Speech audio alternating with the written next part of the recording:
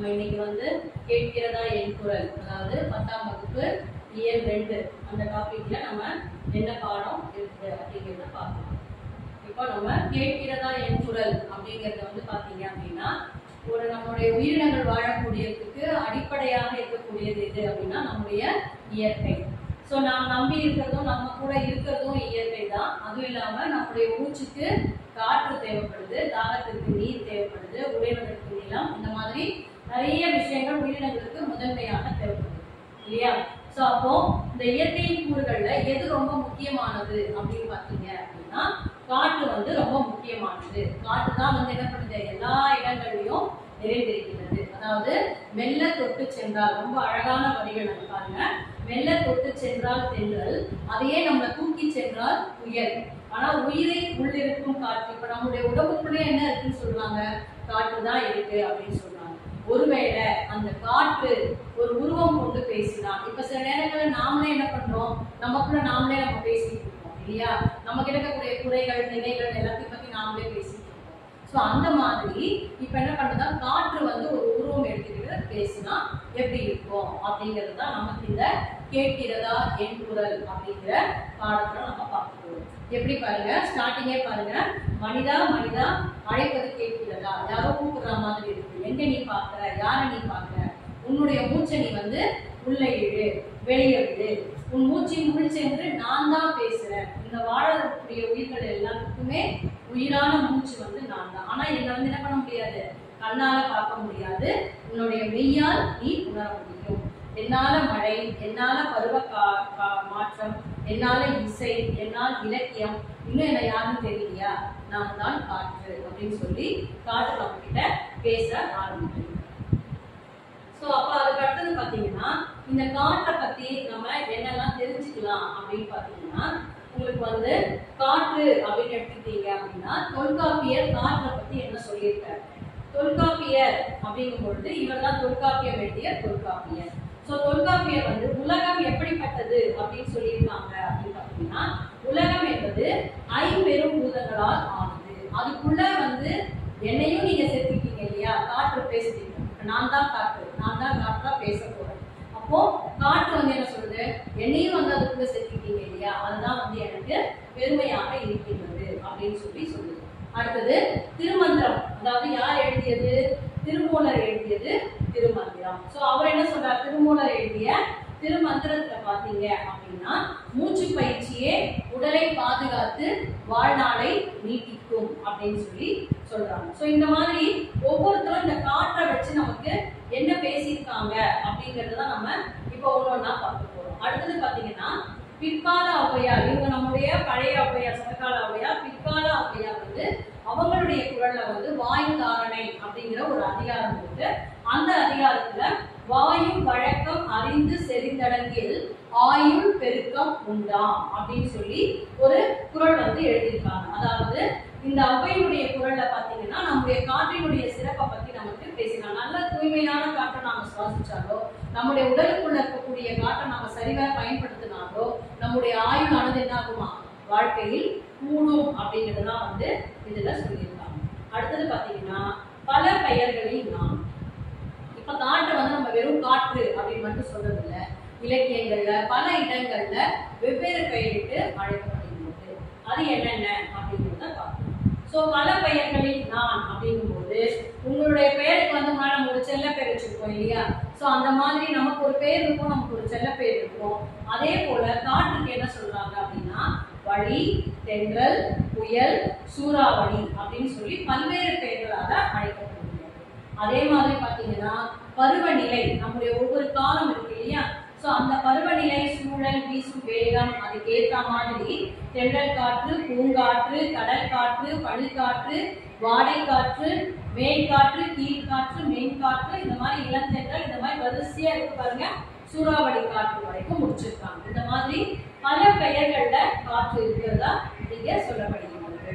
அடுத்தது பாத்தீங்க அப்படின்னா அடுத்ததா வந்து 4 திசையிலும் நான். இப்பவே நமக்கு திசைகள் எத்தனை, மொத்தம் திசைகள் 4 இல்லையா?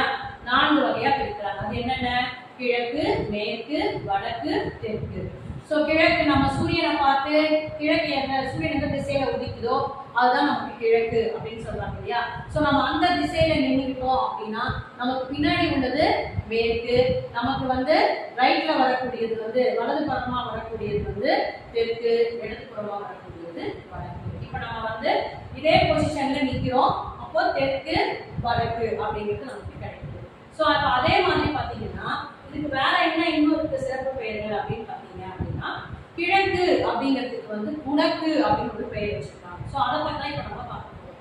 கிழக்கு அப்படின்னா அதுக்கு இன்னொரு பெயர் குணக்கு. எதனால அப்படின்னா கிழக்குல இருந்து அது வீசும் பொழுது, அதாவது இப்ப நான் வீசுறேன், நான் தான் காற்று, நான் வீசும் போது எனக்கு பேர் என்ன, கொண்டல் அப்படின்னு சொல்லி சொல்றாங்க. என்ன சொல்றாங்க, கொண்டல் அப்படின்னு சொல்லி சொல்றாங்க. இதே கொண்டலாக நான் என்ன பண்றேன், உங்களுக்கு குளிர்ச்சியை தான் தரேன், இன்பத்தை தரேன், மழையை தரேன். அதே வந்து கடல் பகுதிக்கு மேலுள்ள, கடலுக்கு மேலுள்ள பகுதிகளை சுமந்து வருவதனால அதுக்கு என்ன பேர் சொல்லியிருக்காங்க, மழை காற்று அப்படின்னு சொல்லி அதை அழைக்கிறாங்க. அதே மேற்கு, அதுதான் கிழக்குக்கு என்ன பேரு, குணக்கு அப்படின்னு சொல்றாங்க. அடுத்தது மேற்கு என்பதற்கு குடக்கு அப்படின்னு ஒரு பெயர் இருக்கிறதா சொல்றாங்க. அது என்னென்ன, மேற்கிலிருந்து வீசும் போது அதுக்கு என்ன பேர் சொல்றாங்க, கோடை அப்படின்னு சொல்லி அழைக்கிறாங்க. மேற்கிலிருந்து ரொம்ப வேகமா வலிமையோட அது வீசுகின்றதா சொல்றாங்க. வறண்ட நிலப்பகுதியில் இருந்து, இதுதான் முக்கியமான பாயிண்ட், வறண்ட நிலப்பகுதியில் இருந்து வீசுவதால் இதுக்கு இன்னொரு பேர் என்னது, வெப்பக்காற்று. இப்ப நம்ம காற்றின் பல்வேறு பெயர்கள் அதுல பார்த்தோம் இல்லையா, பெய் காற்று, சூறாவளி காற்று, வெப்பக்காற்று, கடல் காற்று. சோ அந்த மாதிரி வந்து எந்த திசையிலிருந்து இந்த காற்று வீசும் அப்படிங்கிறத நமக்கு சொல்றாங்க. சோ அப்ப கிழக்கு என்றால் குணக்கு, மேற்கு என்றால், அதாவது மேற்கு என்றால்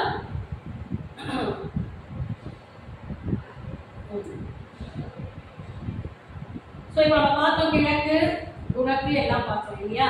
சோ இப்ப வந்து வடக்கு அப்படிங்கறத பாத்தீங்கன்னா வாடை அப்படிங்கிற பெயர். வடக்கு என்பதற்கு என்ன பேர் இருக்கு, வாடை. சோ வடக்கிலிருந்து வீசும் போது அதுக்கு வாடை காற்று அப்படின்னு சொல்றாங்க. அதுவும் இல்லாம எந்த பகுதியில இருந்து அது வீசுது அப்படின்னா பனிப்பகுதியில இருந்து வீசுறதுனால அது மிகவும் குளிர்ச்சியான ஊதை காற்று அப்படின்னு சொல்றாங்க. நம்ம ஊதை காற்று அப்படின்னு நம்ம பேச்சு வழக்குல நம்ம சொல்லுவோம் இல்லையா.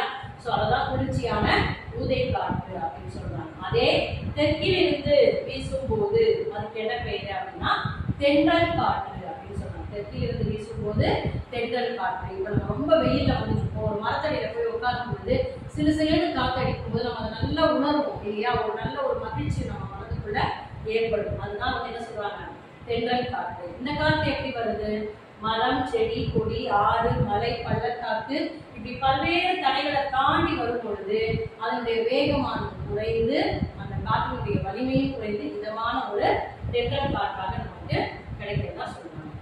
சரி, இப்ப அடுத்தது நம்ம என்ன பார்க்க போறோம், இப்ப நம்ம 4 பெயர்கள் பார்த்தாச்சு. திசைகள் 4 திசைகள்லயும் 4 என்னென்ன பெயர்கள் கொடுத்திருக்காங்க அப்படிங்கிறத பார்த்தாச்சு. இப்ப நம்ம அடுத்தது பார்க்க போறது இலக்கியத்தில் 4. இப்ப இலக்கியத்துல காற்றுக்கு என்னென்ன பெயர் வச்சு அழைக்கிறாங்க, எப்படியெல்லாம் வந்து புலவர்கள் காற்றை மையமாக வைத்து பாடி இருக்கிறாங்க அப்படிங்கிறத பார்க்கணும். இப்போ தென்றலாகிய நான் பலவித மலர்களின் நறுமணத்தை அள்ளி வரும்பொழுது கூடவே வண்டுகளையும் அழைத்து வருவதால் அதுக்கு பேர் என்ன சொல்றாங்க, வண்டொடு புக்க மணவாய் தென்றல் அப்படின்னு சொல்லி சொல்றாங்க. அதாவது பலவித மலர்களின் நறுமணத்தையும் சேர்த்து அதை எடுத்துட்டு வர்றதுனால வண்டொடு புக்க மணவாய் தென்றல். இந்த வரிகள் எந்த பாடல்ல இடம்பெறுகிறது அப்படின்னா சிலப்பதிகாரம் அப்படிங்கிற பகுதியில் இடம்பெறுகிறது. சிலப்பதிகாரத்தை இயற்றியவர் இளங்கோவடிகள். சரி, இப்ப அடுத்தது வந்து பாத்தீங்கன்னா இதே மாதிரி தென்றல் விடுத்தூது அப்படிங்கிற பகுதியில பல பட்டடை சொக்கநாத புலவர் அப்படிங்கிறவர் ஒரு சிற்றிலக்கியம் எழுதியிருக்காரு. சிற்றூது என்றாலே சிற்றிலக்கியம் இல்லையா. சோ அதுல பத்மகிரிநாதர் தென்றல் விடுத்தூது அப்படிங்கிற பகுதியில நந்தமிழும் தன் பொருளை நன்னதியும் சேர்பொறுப்பில் செந்தமிழின் பின் உதித்த தென்றலே அப்படின்னு சொல்லி தமிழினுடைய சிறப்பு, தென்றலுடைய சிறப்பு, தூது செய்வதற்கு தென்றலை வந்து அன்போடு அழைக்கிறாங்க அப்படிங்கிறது மட்டும் இல்லாம காலங்கள் மாற மாற என்னாச்சுன்னா நதியில் விளையாடி, அதாவது பலவாறாக இனிப்பு இலக்கியங்கள்ல, திரைப்பட பாடல்கள்ல, கவிஞர்களால எழுதக்கூடிய பாடல்கள் எல்லாத்தையுமே பார்த்தீங்கன்னா காற்று மையப்படுத்தி பாடல்கள் இயற்றப்பட்டுள்ளன. அதுல பாத்தீங்கன்னா நம்முடைய கண்ணதாசன் அவர்கள் இயற்றிய பாடல் நதியில் விளையாடி கொடியில் தலை சீவி நடந்த இளம் தென்றலே. இந்த பாடல் வந்து இடம்பெறக்கூடிய படம் அப்படின்னு திரைப்படம் பார்த்தீங்கன்னா பாசமலர் அப்படிங்கிற ஒரு திரைப்படத்துல மலர்ந்து மலராத பாதி மலர் கூட கொடுக்குற அப்படிங்கிற பாடல வரக்கூடிய வரிகள் தான் இந்த வரிகள் அப்படிங்கிறத பார்க்கணும். சரிங்களா? சோ அடுத்தது இப்ப இலக்கியத்தில் முடிஞ்சிருச்சு. இலக்கியத்தில் நான் அப்படிங்கிறத நம்ம முடிச்சாச்சு. அடுத்து இன்னும் எப்படி இருக்கு? முன்னீர் நாவாய் ஓட்டியாக நான். எப்படி நான் ஒரு படகு, நாவாய் என்றால் என்னது?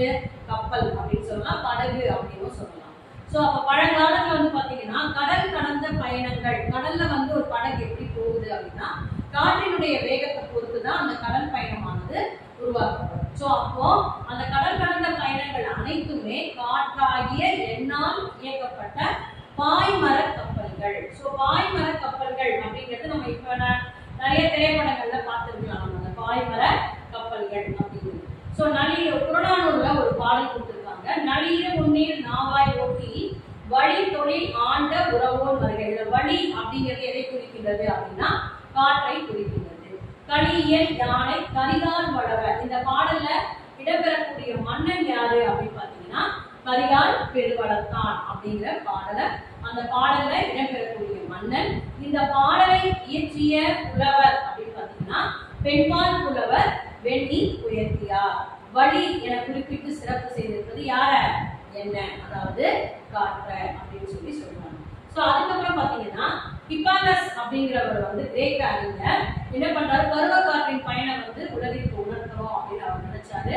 அதுக்கு முன்னாடியே பாத்தீங்கன்னா காற்றுடைய ஆற்றலை பயன்படுத்தி கடல் கடந்து வாணிகம் செய்து அந்த வெற்றி கண்டவர்கள் யார் அப்படின்னா தமிழர்கள் அப்படின்னு சொல்லி ரொம்ப பெருமையா சொல்றாங்க. ஹிப்பாலஸ் பத்தியே பாத்தீங்கன்னா நம்ம அவருடைய பேர்லயே அந்த பருவக்காற்று அப்படிங்கறத கொண்டு வந்தாங்க. ஹிப்பாலஸ் பருவக்காற்று அப்படின்னு சொல்லிட்டு நம்ம கடைசியில அதை பார்க்கலாம். தெரியுமா அப்படிங்கிற ஒரு இதை கொடுத்துருப்பாங்க. அதை நம்ம அந்த ஹிப்பாலஸ் பருவக்காற்று என்னென்ன அப்படிங்கிறது நம்ம கடைசியில பார்க்கலாம். இப்ப அடுத்தது மழை தருவேன் நான். இப்ப இந்த காற்றை வெறும் காற்று மட்டும்தான் அடிக்குமா அப்படின்னு பாத்தீங்கன்னா இல்ல. அந்த காற்றுக்கு ஏற்ற மாதிரி நான் பருவ காலங்கள்ல என்ன பண்ணுது? மேகத்தை கொண்டு மழையை தருகிறேன். என்னுடைய காற்று தான் என்ன பண்ணுது? எல்லா வேகத்தையும் திரட்டி கொண்டு மழையை தருகிறது.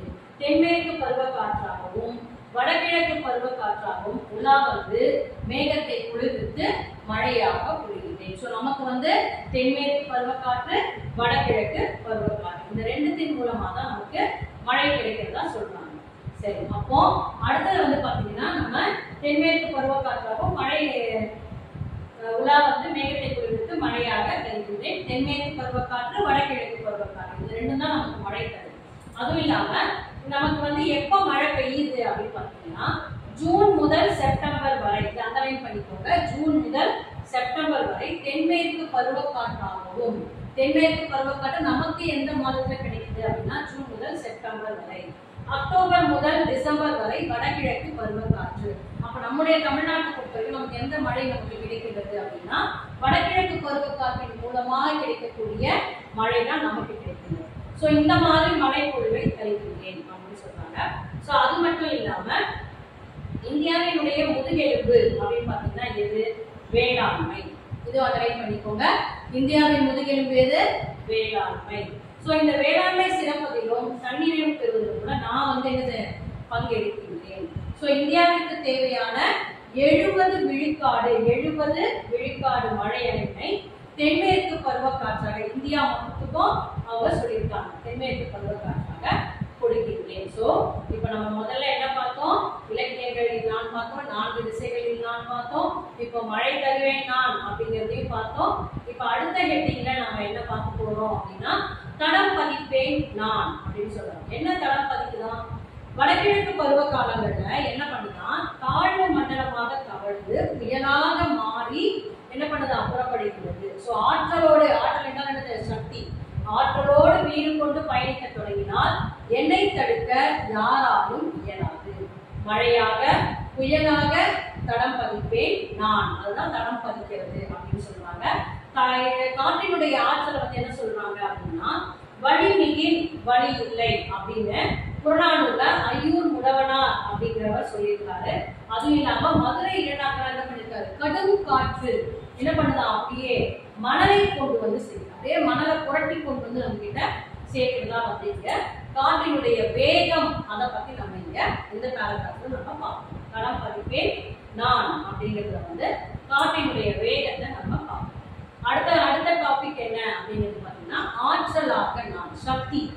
சக்தியாக நான். எப்படி? நான் உயிர் வழி தந்து அந்த காற்றின் மூலமாக தான், நமக்கு கிடைக்கக்கூடிய காற்றின் மூலமாக தான் நாம சுவாசிக்கின்றோம். அதுவும் இல்லாம தாவரங்கள் வந்து எப்படி ஒளிச்சேர்க்கை உணவு உற்பத்திக்கு உதவும். விதைகளை எடுத்து சென்று பல இடங்கள் காற்றிலிருந்து வெளியே வரக்கூடிய அந்த விதைகளை எடுத்துட்டு போய் பல இடங்களையும் தூவி பூ, தேன், கனி, தாவரம், உயிரினம் எல்லாருடைய மனதிலையும் சுமந்து புவியினுடைய உயிர் சங்கிலியோட அறுபடாது இருக்க, அதாவது நமக்கும் ஓரறிவு உயிருக்கும் இருக்கக்கூடிய இந்த ஓரறிவிலிருந்து 6 அறிவு உயிர்கள் வரைக்கும் எல்லாருக்கும் எல்லா விதமாகவும் ஆற்றலாக விளங்கக்கூடியது எது? இந்த காற்று அப்படின்னு சொல்றாங்க. காற்றுள்ள போதே தூற்றிக்கொள் அப்படின்னு ஒரு பழமொழி பார்த்துருக்கோம். இங்க வந்து காற்றுள்ள போதே மின்சாரம் எடுத்துக்கொள் அப்படிங்கிற ஒரு புதுமொழி நமக்கு இங்க கொடுத்துருக்காங்க. ஏற்கனவே நம்ம காற்றாலை மின் உற்பத்தி அதெல்லாம் நம்ம பார்த்துருப்போம். காற்று ஆலை அப்படிங்கிறதையும் பார்த்துருப்போம். நம்ம இது வந்து நீங்க கயத்தாறு அப்படிங்கிற இடத்துல போய் பார்த்தீங்கன்னா இந்த ஃபேன், இந்த காற்றாலை மின் உற்பத்தி நம்ம பார்க்கணும்.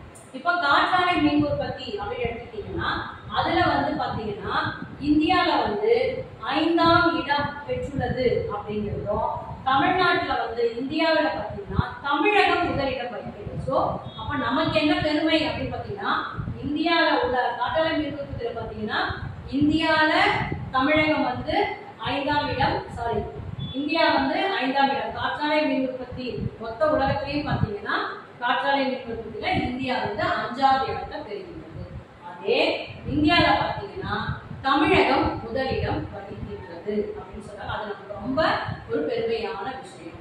ஆனா இப்படிப்பட்ட பெருமை தரக்கூடிய காற்றை நாம என்ன குறையெல்லாம் அதுக்கு கொடுக்குறோம் அப்படிங்கிறத ரொம்ப வருத்தத்தோட சொல்லக்கூடிய ஒரு பகுதி தான் இந்த மனிதனால் மாசடையும் நான் அப்படிங்கிற பகுதி. இப்போ நீங்க உணவில்லாம கூட என்ன பண்ணலாம்? 5 வாரம் நம்மளால வாழ முடியும் அப்படின்னு சொல்றாங்க. அதே நீர் இல்லாம கூட பாத்தீங்கன்னா 5 நாள் வாழ முடியும் அப்படின்னு சொல்றாங்க. ஆனா நீங்க வந்து ஒரு நிமிடம், அதாவது ஒரு 5 நிமிஷம் கூட காற்று இல்லாம நம்மளால இருக்கவே முடியாது. இத வந்து யாருமே வந்து உணர்றதே கிடையாது. உணர்ந்து என்னை யாருமே வந்து நேசிக்கிறது கூட கிடையாது. ஒவ்வொரு வினாடியும் நான் உங்களால ரொம்ப வந்து அழுக்குப்படுகின்றேன், அதாவது மாசுபடுகின்றேன் அப்படின்னு சொல்றாங்க. இதன் மூலமாக இந்த மாதிரி குப்பைகள், நெகிழி பைகள், அதுக்கப்புறம் இந்த மாதிரி டயர் போட்டு எரிக்கிறது, மெது உருளைகள், இது மாதிரி போட்டு எரிக்கிறது, அதுக்கப்புறம் நம்ம வீட்டில் பயன்படுத்துகிற குளிர்சாதன பெட்டி, அதாவது எது நம்ம அந்த ஃப்ரிட்ஜ், அடுத்தது குளிரூட்டப்பட்ட அறை, ஏசி ரூம், இதெல்லாம் வந்து நம்ம ரொம்ப மிகுதியாக நம்ம இப்போ எல்லா இடங்கள்லையும் வந்து அதிகமாக பயன்படுத்துகிறோம். நிறைய பட்டாசு வெடிக்கிறோம். புகை வடிகட்டியே இல்லாமல் தொழிற்சாலை வந்து புகைகள்லாம் வெளியே வருது. பொது போக்குவரத்தை பயன்படுத்தாம தனி மனிதனுடைய தனி ஊர்திகள் அப்படிங்கிறது பார்த்தீங்கன்னா அதிகமாக பயன்படுத்துகிறோம். ஸோ இதெல்லாம் வந்து என்ன ஆகுது? என்னுடைய காற்றை பாழாக்குறது அப்படிங்கிற ஒரு வருத்தத்தை விட அதன் மூலமா உங்களுக்கு தான் வந்து என்ன ஆகுது? அதிக நோய்கள் ஏற்படுகிறது அப்படின்னு சொல்றாங்க. இதனால என்னென்ன நோய்கள் நமக்கு ஏற்படுகிறது அப்படின்னு பார்த்தீங்கன்னா, முதல்ல நமக்கு அந்த மூச்சு விடுதல் அப்படிங்கிறது வந்து என்ன ஆகும்? முதல்ல ஆரம்பிக்கும், குறைய ஆரம்பிக்கும். மனிதனால் மாசடையும் நான் எப்படி என்ன பாருங்க, பட்டாசு வெடிக்கிறதுனால. ஸோ இப்போ நம்ம பார்த்தோம் இல்லையா, முதல்ல நமக்கு என்ன வருது அப்படின்னா கண் எரிச்சல், அதுதான் நமக்கு முதல்ல ஏற்படுகின்றது. அதுக்கப்புறம் பார்த்தீங்கன்னா தலைவலி, அதுக்கப்புறம் பார்த்தீங்கன்னா தொண்டைக்கட்டு, அதுக்கப்புறம் பார்த்தீங்கன்னா தொண்டையில வரக்கூடிய கேன்சர் போன்ற வியாதிகள். அது இல்லாம இது வந்து என்ன ஆகுது? அந்த சிறுவர் நிதியம் யூனிசெஃப் அப்படிங்கிற நிறுவனம் வந்து பார்த்தீங்கன்னா அவங்க என்ன பண்றாங்க அப்படின்னா இதெல்லாம் ஆராய்ச்சி செஞ்சு பார்க்கும்போது குழந்தைகளுக்கு மூளை வளர்ச்சி பாதிப்பு அதிகமாக ஏற்படுகின்றது இந்த காற்று மாசுபடுவதனால அப்படிங்கிறத நமக்கு எடுத்து சொல்லியிருக்காங்க. அப்ப நம்ம எவ்வளோ வந்து ஒரு கேர்ஃபுல்லா இருக்கணும் அப்படிங்கிறத நம்ம இந்த பாடத்தின் மூலமா நம்ம தெரிஞ்சுக்கிறோம். அதுவும் இல்லாம என்னுடைய மேலடுக்கில் உள்ள ஓசோன் படலத்தின் மீது தான் என்ன பண்ணணும், நம்ம வந்து ஏற்கனவே நமக்கு தெரியும் இல்லையா, ஒரு டைம்ல நமக்கு சொன்னாங்க ஓசோன் படலம் வந்து அப்படியே கிழிஞ்சிருச்சு அப்படின்னு சொன்னாங்க. இப்ப சூரியன் கிட்ட இருந்து வரக்கூடிய கதிர்கள் நேரடியா பூமியை வந்து சேராம அதை சுத்தி ஒரு லேயர் மாதிரி இருக்கிறதுக்கு பேர் தான் என்னது? ஓசோன் படலம் அப்படிங்கிறது.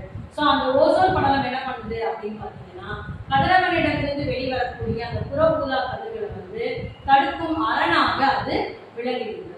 புவியை வந்து ஒரு போர்வை மாதிரி, இங்கே பார்த்தீங்கன்னா தெரியும் புவிய வந்து ஒரு போர்வை மாதிரி சுற்றி கிடந்து அந்த பருதியின் கதிர்ச்சூட்டை, பருதி என்றால் சூரியன், அந்த சூரியனுடைய கதிர்ச்சூட்டை கொஞ்சமா வந்து அப்படியே குறைச்சி கொடுக்கறதா சொல்றாங்க. சோ உங்களுடைய நடவடிக்கையினால எனக்குள் கலந்திருக்கும் அந்த கந்தக di oxide, nitrogen di oxide இதன் மூலமா நமக்கு மழை பெய்யும் பொழுது என்ன மழை கிடைக்கின்றது அப்படின்னு பாத்தீங்கன்னா, இதெல்லாம் நீர்ல கரையும் பொழுது நமக்கு அமில மழை பெய்கிறது. ஆசிட் ரெயின் அப்படி படிக்கிறோம் இல்லையா, அறிவியல்ல அந்த அமில மழை பெய்கிறது. ஸோ இதனால மண், நீர், கட்டடங்கள், காடுகள், நீர்வாழ் உயிரினங்கள் ஆகியவை துன்பத்துக்கு உள்ளாகின்றன அப்படின்னு சொல்றாங்க. ஸோ இப்போ இதுல வந்து கடைசியா சொல்லியிருக்கக்கூடிய பகுதி அப்படின்னு பாத்தீங்கன்னா, மரம் தரும் வரம் தான் அப்படின்னு சொல்றாங்க. இதெல்லாம் நீங்க எவ்வளவு நீங்க என்ன கஷ்டப்படுத்தினாலும் மரங்களை வந்து தரக்கூடிய ஒரு வரம் நான் வந்து கொடுத்துட்டு இருக்கேன். நீங்க தான் என்ன பண்ணணும் அப்படின்னா, என்ன வந்து பத்திரமா பார்த்துக்கிட்டு என்னுடைய காற்றை நான் கொடுக்கக்கூடிய ஆற்றலை வந்து பயன்படுத்திக்கிட்டு எல்லாரும் நோய் இல்லாமல் வாழ வேண்டும் அப்படிங்கிறது தான் வந்து அவங்களுடைய காற்றினுடைய ஒரு கருத்தாகவே இங்க வந்து பதிவு செய்யப்பட்டிருக்கிறது. ஒரு மணித்துளிக்கு பாத்தீங்க அப்படின்னா 12 முதல் 18 முறை மூச்சு காற்றாய் நீங்கள் வெளிவிடும் கார்பன் டை ஆக்சைடை எடுத்துக்கொண்டு உங்கள் நுரையீரலுக்கு தேவையான உயிர் வழி, அதாவது ஆக்சிஜன் தரும் என் தோழர்களான காற்று என்ன சொல்றாங்க, என்னுடைய தோழர்களான மரங்களை நீங்க வளருங்க. அதுவும் இல்லாம பொது போக்குவரத்துக்கு முன்னுரிமை கொடுங்க. மின்னாற்றலால் இயங்கும் ஊர்திகளை அதிகமாக பயன்படுத்துங்க. அதுவும் இல்லாம கச்சா எண்ணெய், நிலக்கரி இதெல்லாம் வந்து தவிருங்க. வீட்டு சமையலுக்கு விறகு பயன்படுத்துவதை தவிருங்க. அதுவும் இல்லாம நம்ம ஒவ்வொரு ஆண்டும் ஜூன் 15ஆம் நாள் வந்து உலக காற்று தினமா கொண்டாடணும். அன்னைக்கு ஒரு நாள் மட்டும் நம்ம கொண்டாடினா பத்தாது, எல்லா நாளுமே நம்ம என்ன பண்ணணும், அதை நாம தினமும் நாம உலக காற்று நாள் அப்படிங்கிறத கொண்டாட வேண்டும். அப்படிங்கிறது தான் இந்த பாடத்துல கேட்கிறதா என் குரல் அப்படிங்கிற அந்த பாடத்துல காற்று தன்னால முடிந்த நிறைகளையும் குறைகளையும் நமக்கு இங்க ரொம்ப அழகா வந்து இந்த பாடத்துல நமக்கு எடுத்து சொல்லியிருக்காங்க. இதுல வந்து நம்ம கடைசியா பார்க்க போறது என்ன அப்படிங்கிறது பாத்தீங்க அப்படின்னா, இப்ப நான் சொன்னேன் இல்லையா, முன்னாடி நம்ம பார்த்தோம் இல்லையா, அந்த இப்பாலஸ் பருவ காற்று அப்படின்னா என்ன, அது போக தெரியுமா, அதுக்கப்புறம் வந்து அந்த ஏத்திசையும் புகழ் மணக்க அப்படிங்கிற பகுதியில என்ன கொடுத்துருக்காங்க அப்படிங்கிறத நம்ம பார்ப்போம். இப்ப இப்பாலஸ் பருவ காற்று அப்படிங்கிறது வந்து பாத்தீங்கன்னா கிபி 9ஆம், அதாவது கிபி முதல் நூற்றாண்டில் இப்பாலஸ் அப்படிங்கிற பெயர் கொண்ட கிரேக்க மாலுமி, நம்ம முன்னாடி ஒரு இது பார்த்தோம் இல்லையா, பருவ காற்றின் மூலமா அவர் கொண்டு வந்தாருன்னு சொல்லிட்டு, அதுதான் நடுக்கடல் வழியாக முசிறி துறைமுகத்திற்கு நேரே விரைவில் பயணம் செய்யும் புதிய வழியை கண்டுபிடித்தார். அது முதல் யவன கப்பல்கள் விரைவாகவும் அதிகமாகவும் சேர நாட்டு முசிறி துறைமுகத்திற்கு வந்து சென்றன. அந்த பருவ காற்றுக்கு யவனர் அதை கண்டுபிடித்தவர் பெயராகிய இப்பாலஸ் அப்படிங்கிறவருடைய பெயரையே வந்து சூட்டினார்கள். சோ இப்பாலஸ் பருவ காற்றின் வழியில் யவன கடல் வடிவம் தெரிவிச்சு. இப்போ ஒரு காலத்தில் தெரிந்து தெரிவோம் அப்படிங்கிற பகுதி வந்து பாத்தீங்கன்னா, ஒரு காலத்தில் குழாயில் இருந்து அப்படியே தண்ணீர் குடித்த நாம் நீர் மாசுபாடு அடைந்ததன் காரணமாக அதை தூய்மைப்படுத்தியும் விலைக்கு வாங்கியும் குடிக்கும் நிலையில் இருக்கிறோம். இப்போது காற்றும் மாசுபாடு அடைந்து வருகிறது. தண்ணீரை குட்டியில் அடைத்து விற்பது போன்று உயிர் வழியையும் விற்கும் நிலையங்கள் தொடங்கப்பட்டிருக்கின்றன. காற்றை நாம பத்திரமா பார்த்துக்கல அப்படின்னா நம்ம எல்லாரும் என்ன பண்ணணும், கொஞ்ச நாள்ல முதுகுல வந்து ஆக்சிஜன் சிலிண்டரை மாட்டிக்கிட்டு நம்ம அது வழியா மூச்சு காற்று சுவாசிக்க வேண்டிய சூழல் உருவாகும். வரக்கூடிய எதிர்கால தலைமுறைக்கு நம்ம அந்த ஒரு கடின கஷ்டத்தை துன்பத்தை நாம என்னைக்குமே கொடுக்க கூடாது. அதனால இப்ப இருக்கிற தலைமுறைகள் இப்போதுல இருந்தே இயற்கையை வந்து பாதுகாப்பா பார்த்துக்கிட்டோம் அப்படின்னா பின்னாடி வரக்கூடிய துன்பத்துல இருந்து நாம விடுபட முடியும் அப்படிங்கிறத அவங்க சொல்லியிருக்காங்க. அதே மாதிரி தெரியுமா அப்படின்னு பாத்தீங்கன்னா, குளோரோ கார்பனின் ஒரு மூலக்கூறு 1,00,000 ஓசோன் மூலக்கூறுகளை சிதைத்து விடும் அப்படின்னு சொல்லியிருக்காங்க. இப்ப அதே மாதிரி எத்திசையிலும் புகழ் மணக்க அப்படிங்கிறது வந்து பாத்தீங்கன்னா தாய்லாந்து மன்னரின் முடிசூட்டு விழா. சோ தாய்லாந்து மன்னரின் முடிசூட்டு விழாவில் திருப்பாவை பாடல்களை தாய்மொழியில் எழுதி வைத்து பாடுகின்றன. அந்த திருப்பாவை அப்படிங்கிறது வந்து நம்ம மார்கழி மாதத்துல சைவ சமயத்துக்கும் வைணவ சமயத்திற்கும் உருவாக்கப்பட்ட ஒரு பாடல் திருப்பாவைங்கிறது வைணவ சமயத்துல ஆண்டாள் அப்படிங்கிறவங்களால எழுதப்பட்டது. திருவம்பாவை அப்படிங்கிறவர் வந்து மாணிக்கவாசகரால எழுதப்பட்டது. ஸோ இந்த மாதிரி வந்து திருப்பாவை திருவம்பாவை இந்த பாடல்கள் வந்து அவங்களுடைய தாய்மொழியில எழுதி வைத்து அவங்க பாடுறாங்க. எப்போ தாய்லாந்து மலரி முடிசூட்டு விழாவில். இந்த மாதிரி நமக்கு தெரியாத நிறைய விஷயங்களை இந்த மாதிரி எத்திசையும் புகழ் வணக்க அப்படிங்கிற பகுதியில தெரியுமா, தெரிந்து தெரியுமா அப்படிங்கிற பகுதியிலலாம் நமக்கு கொடுத்து நிறைய விஷயங்கள் நம்ம தெரிஞ்சுக்கிறதுக்கு அதிக வாய்ப்புகள் நமக்கு கொடுக்கப்பட்டிருக்கு. ஸோ இந்த பாடத்தின் மூலமாக நாம என்ன தெரிஞ்சுக்கிட்டோம் அப்படின்னா, கேட்கிறதா என் குரல் அப்படிங்கிற அந்த பாடத்தின் மூலமாக காற்றினுடைய வருத்தங்கள், காற்று நமக்கு செய்யக்கூடிய பயன்கள் எல்லாத்தையும் நாம தெரிஞ்சுக்கிட்டோம். ஸோ இனிமே நம்முடைய கடமை என்ன? காற்றை நாம் எவ்வாறு பாதுகாக்க வேண்டும். ஸோ எல்லாருமே நம்ம என்ன பண்ணணும்? ஒரு உறுதிமொழி எடுத்துக்கணும். காற்றை நாம என்னைக்குமே வந்து மாசுபடுத்த மாட்டோம் அப்படிங்கிற ஒரு உறுதிமொழியை எடுத்துக்கிறோம். இந்த பாடத்தை நாம் இன்னைக்கு கத்துக்கிட்டதுல இருந்து நாம என்ன உறுதிமொழி எடுத்துக்கணும் எல்லாருமே அப்படின்னா, காற்றை நாம் என்றும் மாசுபடுத்த மாட்டோம் அப்படிங்கிற ஒரு உறுதிமொழியை நாம எடுத்துக்கணும். புரிஞ்சுதா உங்களுக்கு?